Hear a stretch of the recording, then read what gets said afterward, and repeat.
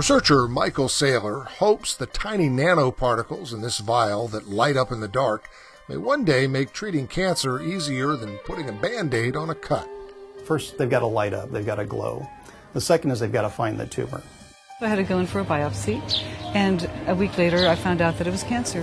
I have 3 girls, my husband and I, and 3 of us have cancer. Maggie and Lydia, both diagnosed and treated for breast cancer, can talk about the issues and images that come to mind with the words, "You have cancer." The mammogram was irregular. My first surgery, they removed like 4.5 centimeters. What's going to be next? What do I need to do? That was a little anguishing for me to make that decision to do chemo. I cried a few tears. You have aching body, you feel depressed, you have headaches, muscle pain, and nausea, everything, and everything 24/7.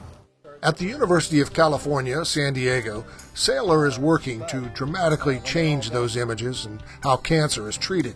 He's on a quest to create nanoparticles that travel through the bloodstream, latch onto cancers in their earliest stages, and destroy them.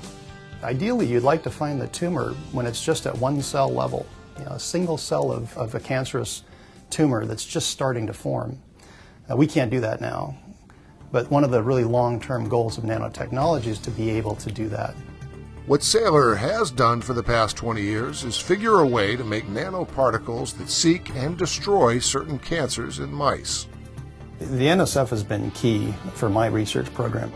Because 17 years ago, when he received funding from the National Science Foundation, Saylor wasn't thinking cancer.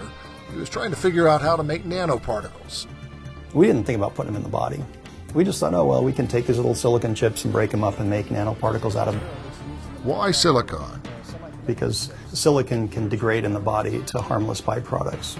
So we'd really like to have a nanostructure that once it gets into the body and does something, then it goes away. What's evolved is a recipe for making non-toxic nanoparticles.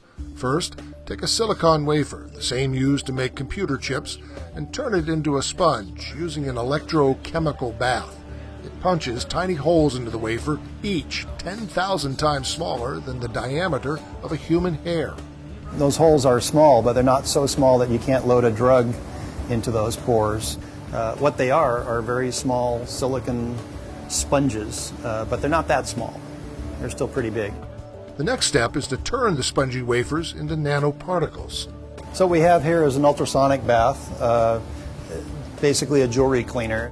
Ultrasonic sound waves break up the silicon sponges into smaller and smaller pieces. These aren't quite nanostructures yet. These are still about micron scale. We keep doing this process for about 8 hours. These things will be small enough that we can inject them inside the body. The particles are also chemically coated to emit a fluorescent glow.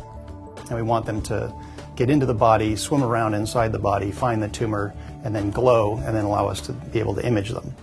Today, nanoparticles injected in mice are successfully helping researchers find certain cancers.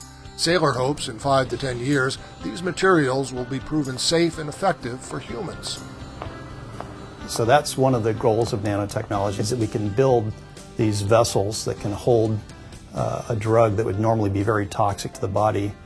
And in fact, it's very toxic to the tumor too. And it holds that drug, keeps it from getting out until it finds the tumor, and then it opens up and lets it out. What keeps Saylor going are the letters he receives.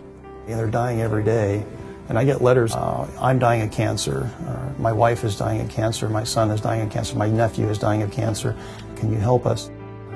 He posts the letters outside his office to remind him, his team, and future scientists the importance of this research.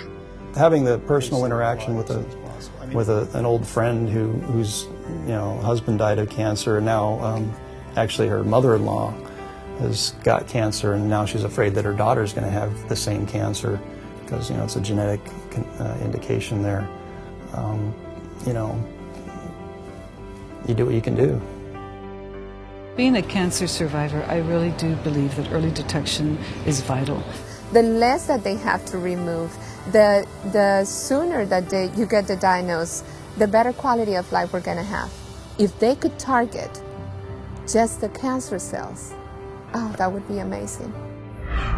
For Science Nation, I'm Bruce Burkhardt.